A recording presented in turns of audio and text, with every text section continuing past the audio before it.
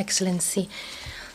I now give the floor to the distinguished representative of New Zealand to introduce an address by the head of government.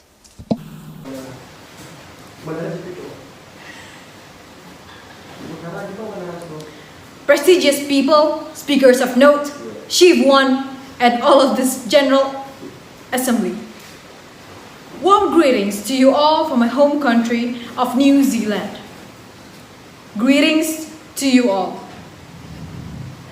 Your Excellency, Mr. President, Mr. Secretary General, and friends, I greet you as the delegate of New Zealand.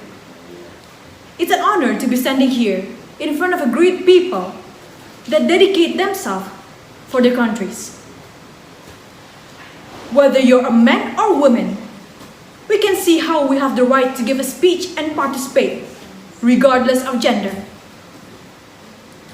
As we know that, back before the 1893, woman is being treated differently, in which the paradigm of woman being weak and not as wise as a man forced them to stay at home, doing all their chores and unable to get a better education. In 1979, under the Convention on the Eliminations of All Sorts of Discriminations Against Women, it's an official that women have the right to choose, or women's suffrage. Women started to get a good education, but only some of the countries that adapt the norms. Especially in 1948, as the human right was formed and declared by the United Nations, the norms of freedom of speech, freedom of expression, is one of the main norms that reflect on how the action of women's rights did give some influence on how the international system. They said, everyone may speak up. They said, everyone will be treated equally. They said, they'll give a good education for everyone. They said, everyone may feel safe on this earth. That's what they said. In reality, there are still women and girls that face discrimination on basis of sex and genders, such as domestic and sexual violence, lower pay, lack of education, and inadequate health care.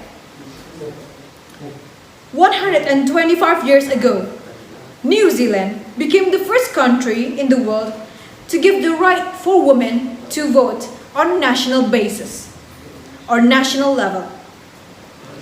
This action gave a big impact in which they began to spread all around the world and open up the case or the access for women to participate in politics.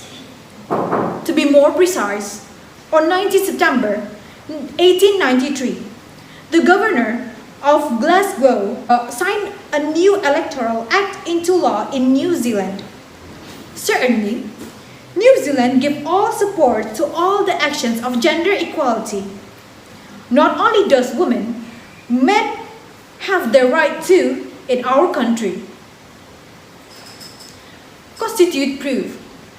The number of women's prime minister ranked number 5 in the world, with the ratio 48.3% from the previous election. The diversity of the 20-person cabinet, which is 8 members are women, 5 are Maori, 3 are Pacifica, and 3 from the LGBTQ+ community, we believe that diversity as one of the evidence on how New Zealand fully support gender equality.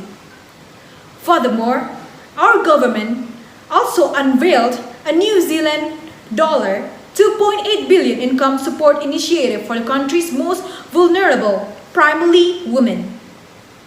In 2020, New Zealand budget earmarked an investment of New Zealand dollar 1.6 billion in both government and non-government, including the Women's Assurance. To overcome and reduce the case of discriminations of women, we as the New Zealand believe that giving the best education to all genders, including women's. Why? Because women's rights are human rights. Not just that, New Zealand recognizes the men and women should receive the same pay for doing different jobs that is not only of equal value with similar skills, but also experience, responsibilities, working conditions, and degrees of effort. Furthermore, we honor the women and men who fought for universal suffrage in order to achieve a country continue to work towards a fairer and more equal society. So let's work for the better future. Thank you so much.